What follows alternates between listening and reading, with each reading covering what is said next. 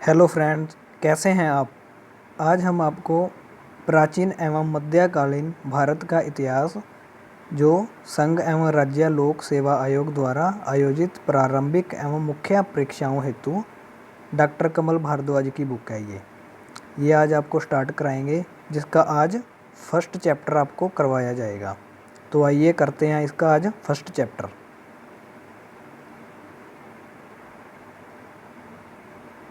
भाग 1, प्राचीन भारत का इतिहास। सबसे पहले हम प्राचीन भारत का इतिहास करेंगे,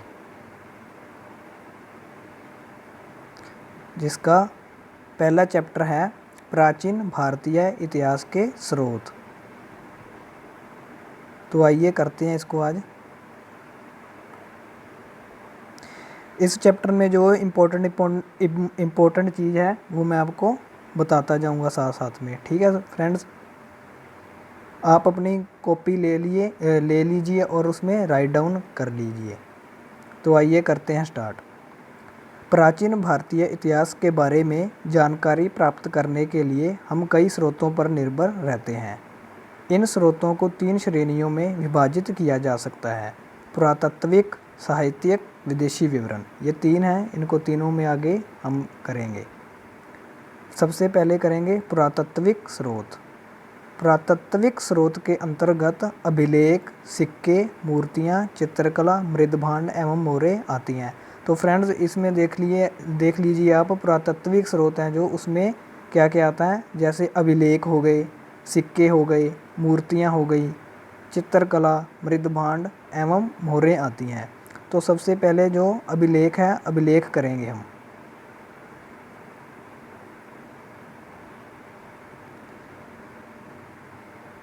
अभिलेख, अभिलेखों के अध्ययन को पुरालेख शास्त्र अथवा पुरालिपि शास्त्र कहते हैं।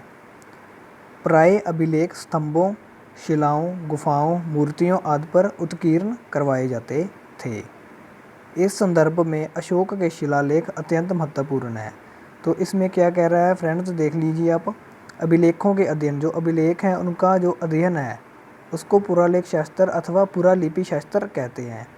ये जो अभिलेख होते हैं ये स्तंभों, शिलाओं, गुफाओं, मूर्तियों आदि पर उत्कीर्ण करवाए जाते थे। इस संदर्भ में अशोक के शिलालेख अत्यंत महत्वपूर्ण हैं। जो अशोक के शिलालेख हैं वो बहुत बार यूपीएससी के क्वेश्चन में प्रीलिम्स के आते हैं, तो आप ध्यान से इसको थोड़ा जा करना। अशोक के शिलालेखों से अशोक के जीवन, विचार, साम्राज्य विस्तार, धर्म संबंधी दृष्टिकोण इत्यादि के बारे में जानकारी प्राप्त होती है। अशोक के अतिरिक्त कलिंग राजा खारवेल का हाथी गुफा अभिलेख, समुद्रगुप्त का प्रयाग प्रशस्ति अभिलेख, स्कंदगुप्त का भित्री स्तंभलेख तथा पुष्यमित्र शुंग का स्तंभलेख आदि भी महत्वपूर्ण स्रोत हैं। ये सब राजकीय या सरकारी अभिलेख हैं। ये जो हैं ये इनको राजकीय या सरकारी अभिलेख भी कहा जाता है। इसी प्रकार गैर राजकीय अभिलेख भी होते हैं। जो गैर राजकीय अभिलेख होते हैं वो कौन से होते हैं? जो गैर राजकीय अभिलेख होते हैं मंदिरों की दीवारों एवं मूर्तियों पर अंकित हैं। ये भी क्या होते हैं? प्रमुख पुरातात्विक स्रोत के रूप में माना जाता है। ये देखिए फ्रेंड्स, अशोक का शिलालेख जिसमें ये नोट डाउन किया हुआ है, आपको दिखाता हूँ। ये वाला,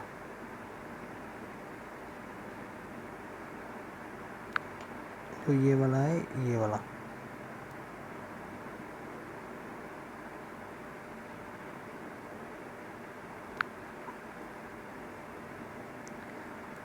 तो आगे हम करेंगे सिक्के, मुद्राएं।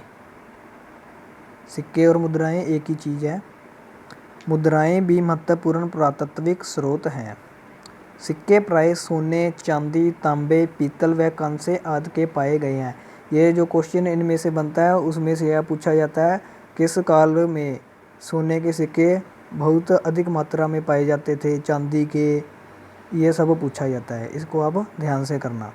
प्राचीन कालीन सिक्कों पर कोई लेख नहीं, वर्ण चिन्ह पाए गए हैं। जो प्राचीन कालीन सिक्के थे उन पे कोई लेख नहीं, वर्ण चिन्ह, कोई निशान पाए जाते थे। मुद्राओं पर राजाओं के नाम, उनकी उपाधियाँ, उनके चित्र, तिथियों आदि का उल्लेख होता था। इस प्रकार मुद्राएं विभिन्न शासकों की वंशावली, शासन प्रबंध तथा राजनीतिक व धार्मिक विचारों को जानने में महत्वपूर्ण भूमिका निभाती हैं। कई शासकों के बारे में जानकारी प्राप्त करने हेतु हमें सिक्कों पर ही निर्भर रहना पड़ता है। यहाँ पे क्या कह रहा है दोस्तों, आप देखिए, कई शासकों के बारे में, जो कई शासक थे उनके बारे में जानकारी प्राप्त करने हेतु हमें क्या सिक्कों पर ही निर्भर रहना पड़ता है। भारत के उत्तर पश्चिमी, जो उत्तर पूर्व, पश्चिम, उत्तर, दक्षिण, जो ये वाला है उत्तर पश्चिम भागों में लगभग 3 शताब्दियों तक शासन करने वाले हिंदू यूनानी शासकों के बारे में जानकारी हमें सिक्कों से ही प्राप्त होती है। ये ध्यान से देखना आप, उत्तर पश्चिमी भागों में लगभग 3 शताब्दियों तक शासन करने वाले जो हिंदू यूनानी शासक थे उनके बारे में जानकारी सिक्कों से ही प्राप्त होती है। ये थे कनिष्क के सिक्के, देख लीजिए, इस पे कोई चिन्ह बने हुए हैं। तो आगे करेंगे हम मूर्तियाँ। तो जो मूर्तियों को भी एक प्रमुख पुरातात्विक स्रोत माना जाता है। मूर्तियाँ सांस्कृतिक तथा कला संबंधी महत्वपूर्ण ऐतिहासिक स्रोत हैं। कौन सी मूर्तियाँ? सांस्कृतिक तथा कला संबंधी, जो उनकी सांस्कृतिक थी, जो उनकी कला थी, उसके संबंधी महत्वपूर्ण ऐतिहासिक स्रोत है। मूर्तियों से हमें विदेशियों के साथ हमारे संबंधों के बारे में जानकारी प्राप्त होती है।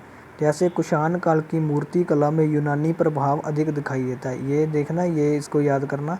जैसे कुषाण काल की मूर्ति कला थी उसमें यूनानी प्रभाव अधिक दिखाई देता था।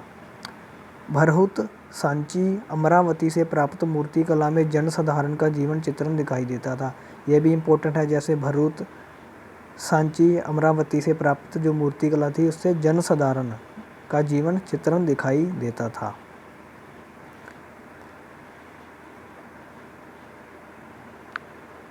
जैसे देखिए ये वाला, ये हो गया कुषाण काल की मूर्ति कला में यूनानी प्रभाव, जो ये यूनानी प्रभाव है वो दिखाई, इसके जनसाधारण, ठीक है। और ये है कुषाण काल की मूर्ति कला, कुषाण काल की मूर्ति कला ये है।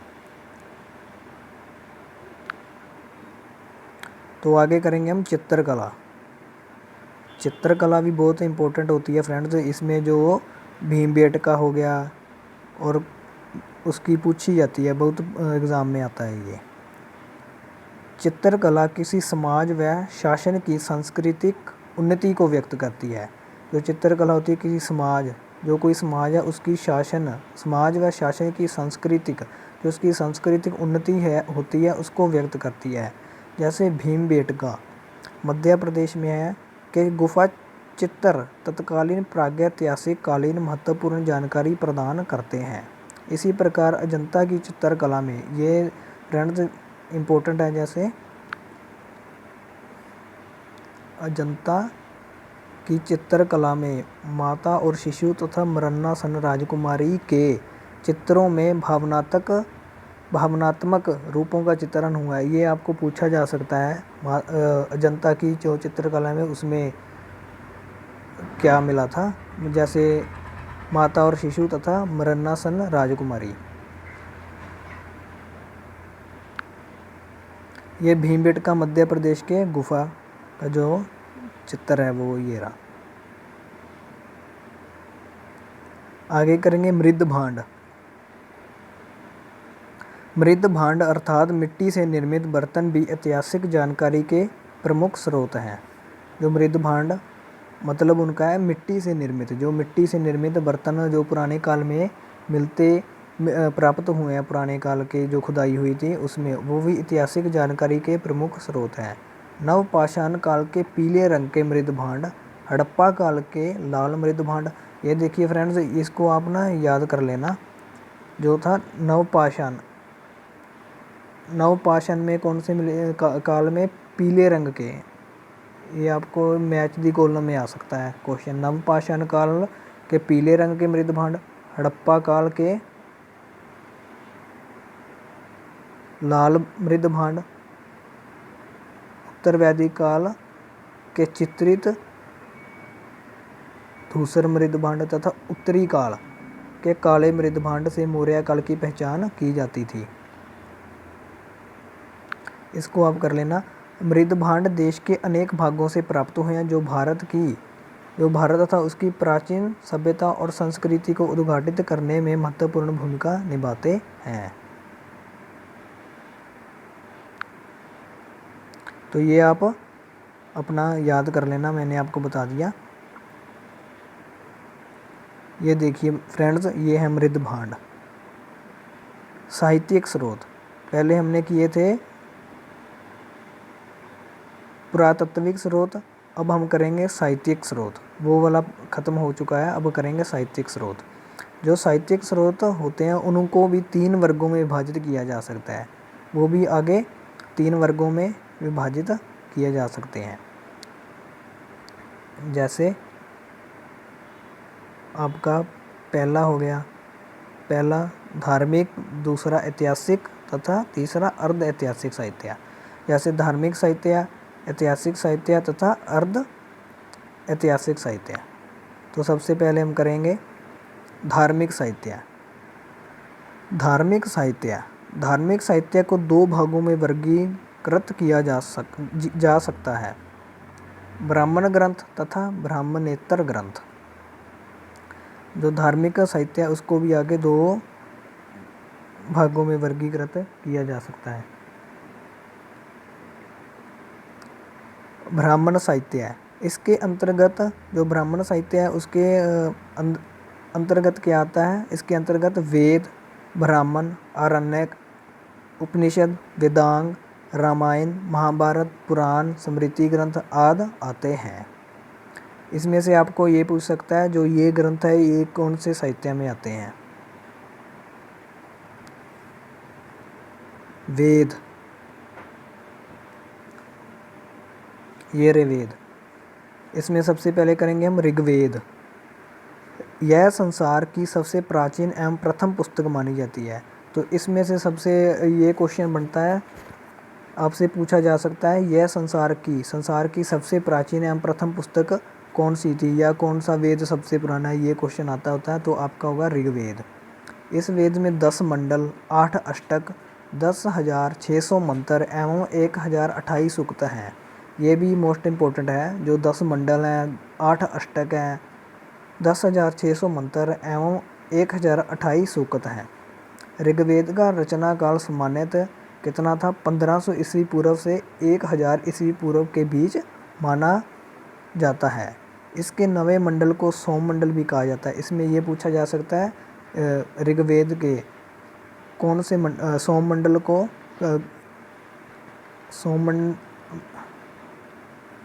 इसके जो 9वें मंडल को क्या कहा जाता है? उसमें से आपको मैच दी कॉलम चूज़ करने पड़ सकते हैं। ऋग्वेद की मान्य 5 शाखाएं हैं। जो ऋग्वेद है उसकी क्या 5 शाखाएं हैं? शाकल, आश्वल्यन, मांडुक्य, शांखायन और वाशकाल। जो ऋग्वेद के 10वें मंडल के पुरुष सूक्त में सर्वप्रथम वर्ण व्यवस्था का उल्लेख मिलता है। ये जो है ऋग्वेद का 10वें मंडल वाला, ये भी मोस्ट इम्पोर्टेंट है। जो जिसमें क्या कहा जाता है आपको कौन से मंडल में, जैसे आपको मैच दी कॉलम दे सकते हैं 9वें 10वें ऐसे वाले। तो आपको पूछेंगे पुरुष सूक्त में सर्वप्रथम, जो पुरुष सूक्त था उसमें सर्वप्रथम वर्ण व्यवस्था का किस सूक्त में वर्ण व्यवस्था का सर्वप्रथम उल्लेख मिलता है? तो आपका क्या होगा? पुरुष सूक्त। आप याद रखना इस चीज़ को। ऋग्वेद के 10वें मंडल में किसका उल्लेख मिलता है? ऐसे भी आपको पूछा जा सकता है। तो आगे है यजुर्वेद। इस वेद में यज्ञ की विधियों का उल्लेख है। यजुर्वेद कर्मकांड प्रधान वेद है।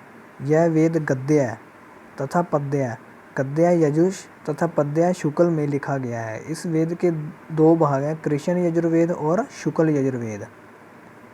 तो इसमें क्या पूछा जा सकता है? यजुर्वेद। ऐसे आपको आ जाता है ऋग्वेद, यजुर्वेद, सामवेद, अथर्ववेद। इनकी आपको मैच दी कॉलम करनी होती है। इसमें से पूछा जा सकता है जैसे किस वेद में यज्ञ की विधियाँ हैं, ये सारा आपको जैसे पैटर्न दे देते हैं, फिर उसमें आपको मैच दी कॉलम चूज़ करने पड़ते हैं। फिर आता सामवेद। इसमें संकलित मंत्रों को देवताओं की स्तुति के समय गाया जाता था। जो इसमें से पूछा जा सकता है, संकलित जो मंत्र थे देवताओं की स्तुति के समय गाया जाता था, जो सामवेद के थे। भारतीय संगीत का मूल माने जाने वाले इस वेद की 3 मुख्य शाखाएं हैं। जो ये क्या है, भारतीय संगीत है, उसका मूल माने जाने वाला ये सामवेद क्या है, भारतीय संगीत का मूल माने जाने वाला वेद है। उसकी क्या 3 मुख्य शाखाएं हैं, कौन सी है? जैमिनीय, रानायनीय तथा कोथुम। सामवेद में मुख्य सूर्य की स्तुति के मंत्र हैं। इसको याद रखना, सामवेद में मुख्य सूर्य की स्तुति के मंत्र हैं। और 3 मुख्य शाखाएं कौन सी? जैमिनीय, रानायनीय तथा कोथुम। इसमें आपको पूछा जा सकता है सामवेद में क्या मिलता है, जैसे मंत्र मिलते हैं। मैंने आपको भारतीय संगीत का मूल माने जाने वाला यह सूर्य की संतुति के मंत्र हैं, ठीक है, ये पूछा जा सकता है आपको। अथर्ववेद। इस वेद के मुख्य विषय हैं ब्रह्म ज्ञान, रोग निवारण, औषधि प्रयोग, तंत्र मंत्र, टोना टोटका आदि। शौनक तथा पिप्पलाद इस वेद की 2 शाखाएं हैं। आपको ऐसे पूछा जा सकता है अथर्ववेद में जो मुख्य विषय हैं वो क्या है, जैसे इसमें रोग निवारण का उल्लेख है, ब्रह्म ज्ञान का उल्लेख है, औषधि प्रयोग का उल्लेख है, तंत्र मंत्र का उल्लेख है, टोना टोटका आदि। जो शौनक तथा पिप्पलाद इस वेद की 2 शाखाएं हैं। अथर्ववेद की 2 शाखाएं कौन कौन सी हैं? शौनक तथा पिप्पलाद। तो इसमें से हम आगे चलते हैं। तो इसमें से एक और क्वेश्चन बनता है, सबसे पुराना वेद कौन सा है? मैंने आपको पहले ही बताया था, जो ऋग्वेद है वो सबसे पुराना वेद है। तो ये मोस्ट इम्पोर्टेंट है, आपको इसकी PDF भी मिल जाएगी अगर आप लेना चाहते हैं तो। आ गया ब्राह्मण।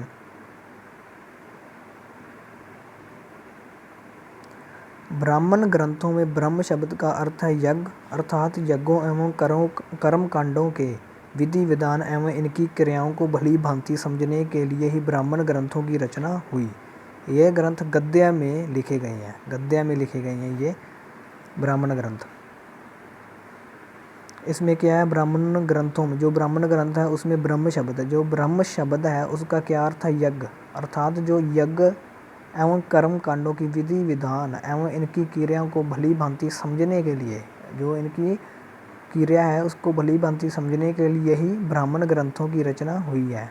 किसमें लिखे गए ब्राह्मण ग्रंथ? गद्य में।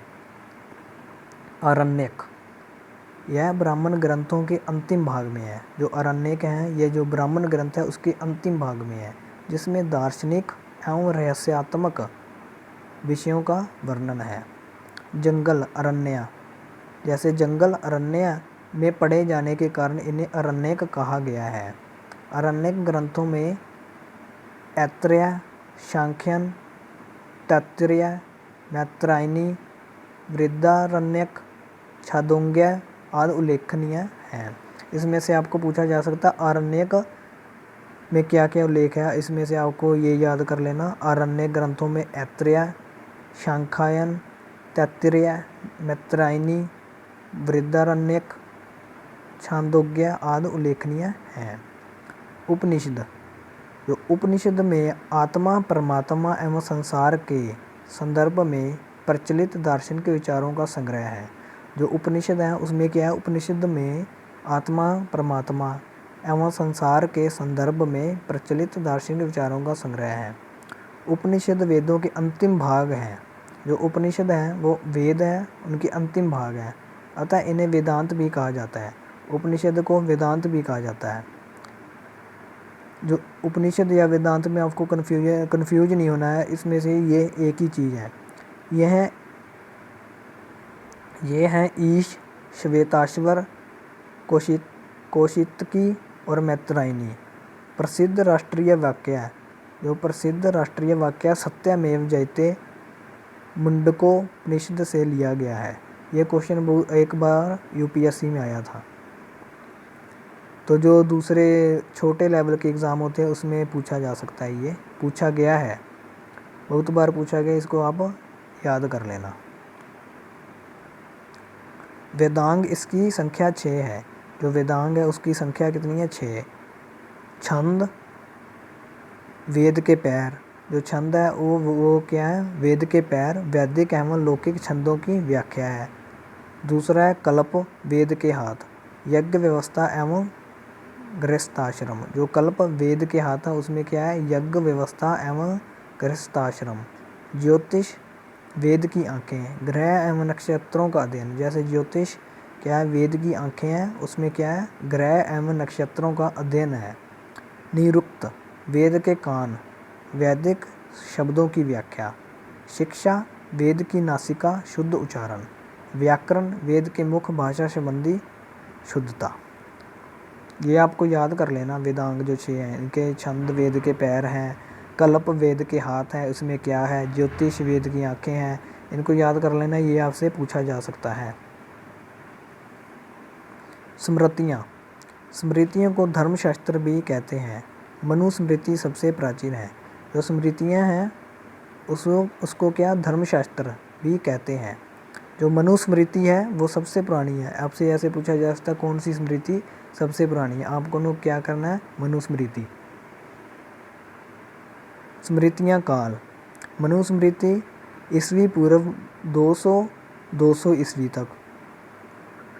याज्ञवल्क्य स्मृति 100 ईस्वी से 300 ईस्वी तक। नारद स्मृति 300 ईस्वी से 400 ईस्वी। पराशर स्मृति 300 ईस्वी से 500 ईस्वी। बृहस्पति स्मृति 300 से 600 ईस्वी। कात्यायन स्मृति 300 से 600। फिर आगे क्या है? महाभारत, वो महाकाव्य। भारत में 2 सर्वाधिक प्राचीन महाकाव्य हैं। जो भारत है उसमें 2 सर्वाधिक सबसे प्राचीन महाकाव्य कौन से हैं? रामायण तथा महाभारत। रामायण रचना वाल्मीकि द्वारा संस्कृत भाषा में पहली दूसरी शताब्दी में। जो रामायण थी उसकी रचना वाल्मीकि द्वारा संस्कृत भाषा, ये याद रखना, वाल्मीकि जी द्वारा संस्कृत भाषा में पहली दूसरी शताब्दी में। आरंभ में इसमें 6000 श्लोक थे जो कालांतर में 12000 तथा फिर 24000 हो गए। ये आपको याद रखने चाहिए। इसमें 6000 श्लोक थे जो कालांतर में 12000 फिर 24000 हो गए। फिर आता है महाभारत। 18 पर्वों में विभक्त महाभारत के रचयिता महर्षि व्यास माने जाते हैं। जो 18 पर्वों में विभक्त महाभारत है उसके रचयिता कौन है? महर्षि व्यास माने जाते हैं। महाभारत में मूलतः 8800 श्लोक थे जिससे जय संहिता कहा जाता था। आपको ऐसे पूछा जा सकता, महाभारत में मूलतः 8800 श्लोक थे, उसे क्या कहा जाता है? आप कह सकते हैं जय संहिता कहा जाता था। तत्पश्चात श्लोकों की संख्या 24000 हो गई और इसे भारत का कहा गया। जब इसकी संख्या 24000 हो गई और इसे भारत कहा गया। पुनर् इसके 1 लाख श्लोक हो गए जिसे महाभारत कहा गया। इसको क्या देख लीजिए, 3 में बाजिया। जब महाभारत में मूल 8800 श्लोक थे उसमें जय संहिता कहा गया। फिर जब 24000 हो गए उसमें भारत कहा गया। फिर 1 लाख हो गए तो महाभारत कहा गया। फिर आते हैं पुराण। पुराणों की संख्या 18 है। अधिकांश पुराणों की रचना संभवतः 3री-4थी शताब्दी गुप्त काल में हुई। तो ये देख लीजिए, इसमें आपसे क्या पूछा जाएगा? पुराण, जो पुराण है उनकी संख्या कितनी? 18 है। जो अधिकांश पुराण है उनकी रचना संभवतः 3री-4थी शताब्दी गुप्त काल में हुई। अधिकांश पुराणों की रचना किस काल में हुई? गुप्त काल में हुई। सबसे प्रामाणिक एवं प्राचीन मत्स्य पुराण है। आपसे ये पूछा जा सकता है सबसे प्रामाणिक एवं प्राचीन पुराण कौन सा है? आप कह सकते हैं मत्स्य। मौर्य एवं गुप्त वंश की जानकारी विष्णु पुराण से तथा शुंग एवं गुप्त वंश की जानकारी वायु पुराण से प्राप्त होती है। आपको ये याद रखने चाहिए। जैसे गुप्त वंश, जो मौर्य एवं गुप्त वंश था उसकी जानकारी विष्णु पुराण से मिलती है तथा शुंग एवं गुप्त वंश की जानकारी वायु पुराण से प्राप्त होती है।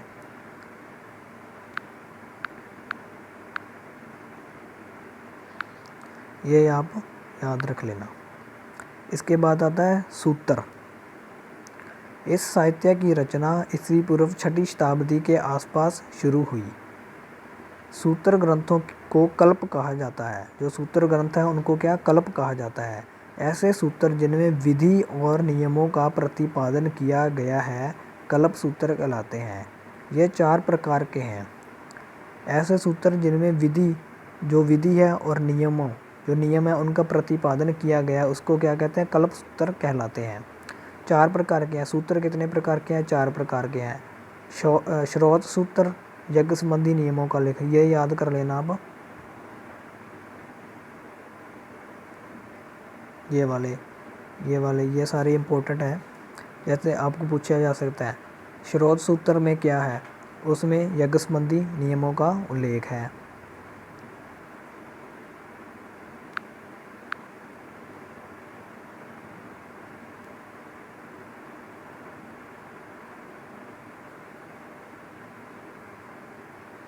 उसके बाद देखिए ग्रह सूत्र। ग्रह सूत्र में क्या मनुष्यों के लौकिक तथा पारलौकिक कर्तव्यों से संबंधित है। जो ग्रह सूत्र है लौकिक तथा पारलौकिक कर्तव्यों से संबंधित है। फिर आता है धर्म सूत्र। धर्म सूत्र में क्या होता है? धार्मिक, सामाजिक एवं राजनीतिक कर्तव्यों का उल्लेख है। शुल्ब सूत्र। फिर आता है शुल्ब सूत्र।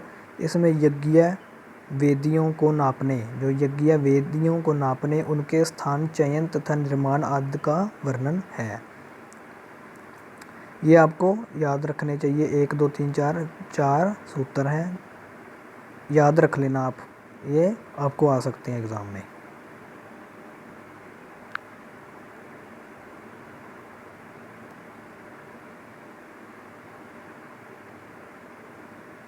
फिर आता है षड दर्शन। उपनिषदों के दर्शन को भारतीय ऋषियों ने 6 भागों में विभाजित किया है। इन्हें षड दर्शन कहा जाता है।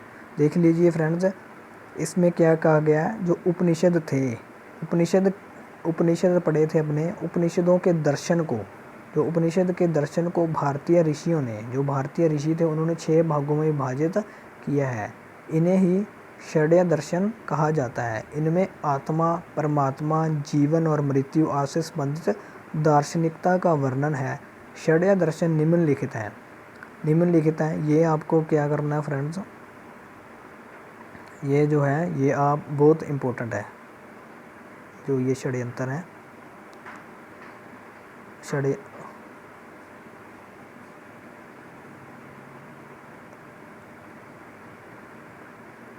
दर्शन प्रणेता सांख्य कपिल। जो सांख्य है वो प्रणेता कौन है? कपिल। ये पूछा जाता है आपको मैच दी कॉलम। जैसे यहाँ पर दिए गए हैं ना, ये ऐसे दिए गए हैं, ऐसे ही पूछा जाता है और आपको उनमें से ये चुनना होगा। जैसे वो पूछेगा सांख्य, कपिल, योग किसने, उसका पतंजलि हो गया, न्याय गौतम, वैशेषिक कनाद, पूर्व मीमांसा जैमिनी, उत्तर मीमांसा व्यास। ये बहुत बार पूछा भी जा चुका है। आप पुराने क्वेश्चन पेपर देखेंगे ना, उनमें होगा, ये जरूर होगा।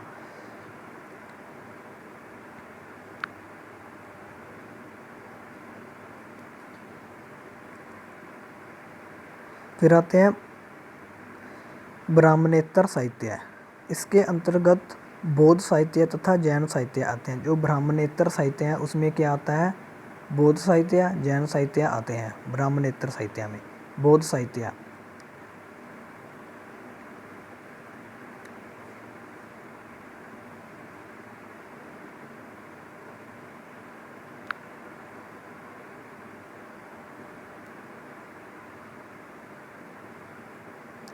बौद्ध साहित्य करेंगे पहले, तो इसको भी आपने क्या करना है, याद करना।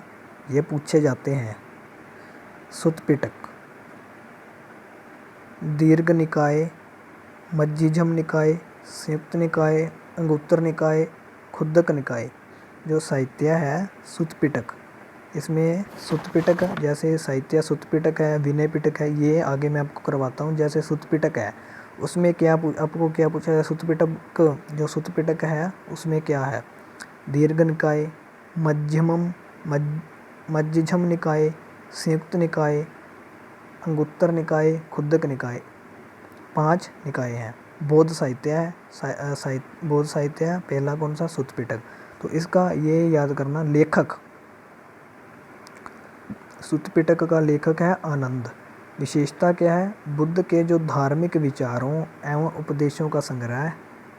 इसे बौद्ध धर्म का इंसाइक्लोपीडिया कहा जाता है, गद्य प्लस पद्य शैली। ये आप उतार लेना अपनी कॉपी में, ये इम्पोर्टेंट है। आप कोई भी एग्ज़ाम देते हो, कंपटीशन एग्ज़ाम, उसमें ये पूछा जाता है। सुत्त पिटक, लेखक आनंद, विशेषता ये है, उपदेशों जो बुद्ध के धार्मिक विचार थे उसके उपदेश हैं, उनका संग्रह है, बौद्ध धर्म का इंसाइक्लोपीडिया कहा जाता है, गद्य प्लस पद्य शैली। इसमें से कुछ भी आपको पूछा जा सकता है।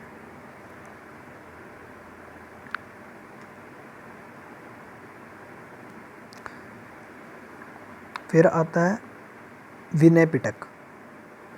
लेखक कौन है, उपाली।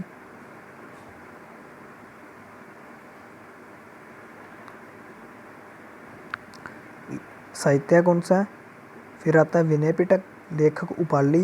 विशेषता मठ निवासियों के अनुशासन संबंधी। इसकी विशेषता आपको जरूर करनी है, अंडरलाइन कर दी मैंने। विनय पिटक में लेखक उपाली है, मठ निवासी थे जो, मठ निवासी अनुशासन संबंधी नियम। फिर आ गया आपका साहित्य अभिधम पिटक। अभिधम पिटक, लेखक मोगलीपुत्र तिस। ये आया हुआ क्वेश्चन पहले। विशेषता बौद्ध मतों की दार्शनिक व्याख्या, जो बौद्ध मत थे उनकी दार्शनिक व्याख्या।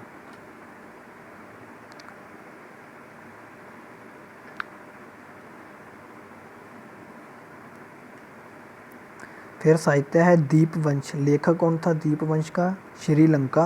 विशेषता श्रीलंका का इतिहास। साहित्य दीपवंश, ऐसे याद कर लेना आप, दीपवंश, श्रीलंका, श्रीलंका का इतिहास। फिर आता है साहित्य महावंश, उसका भी लेखक कौन था, श्रीलंका। विशेषता मगध नरेशों की सूची, जो मगध नरेश थे उनकी सूची। साहित्य आर्या मंजू श्री मूलकल्प, लेखक संकलित। विशेषता गुप्त सम्राटों का वर्णन। साहित्य मिलिंद पन्नो, ये भी आया हुआ क्वेश्चन, मिलिंद पिनो वाला।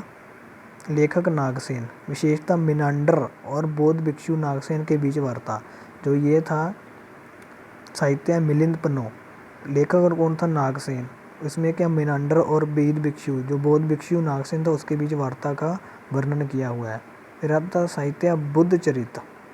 बुद्ध चरित्र का लेखक कौन है, अशव घोष। विशेषता गौतम बुद्ध का जीवन चरित्र, ये भी इम्पोर्टेंट है। बुद्ध चरित्र, लेखक अशव घोष। विशेषता गौतम बुद्ध का जीवन चरित्र। साहित्य है सौंदरानंद। सौंदरानंद का भी लेखक अशव घोष है। विशेषता नंद की प्रवज्या की कथा, जो नंद की प्रवज्या की कथा। साहित्य सारीपुत्र। प्रकरण, लेखक अशव घोष। विशेषता सारीपुत्र और मोदगल्यायन की प्रवज्या का वर्णन। जो मैंने आपको बौद्ध धर्म के ये करवाई हैं, ये मोस्ट इम्पोर्टेंट है, इनको सभी को आपने याद करना है।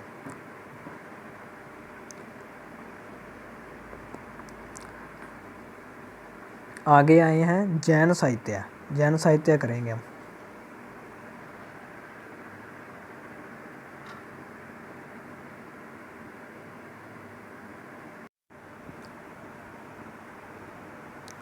तो फ्रेंड्स आगे देख लीजिए, आगे क्या है, जैन साहित्य।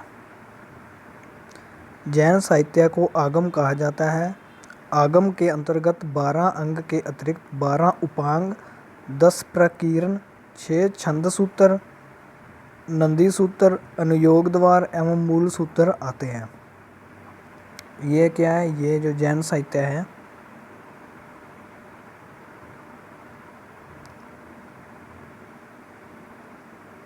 इम्पोर्टेंट है आपके लिए पूरा।